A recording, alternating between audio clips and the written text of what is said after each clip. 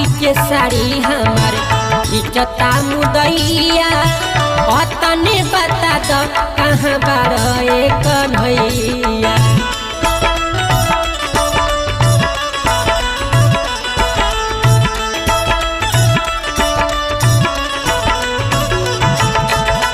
सभा बीचे साड़ी हमार इचता मुदैया तने बता दो कहाँ बार कन्हैया।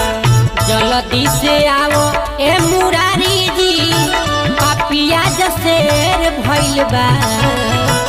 जल्दी से आओ ए मुरारी जी पापिया जसेर भइल बा।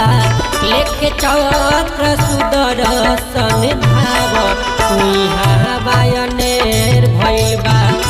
लेके चक्र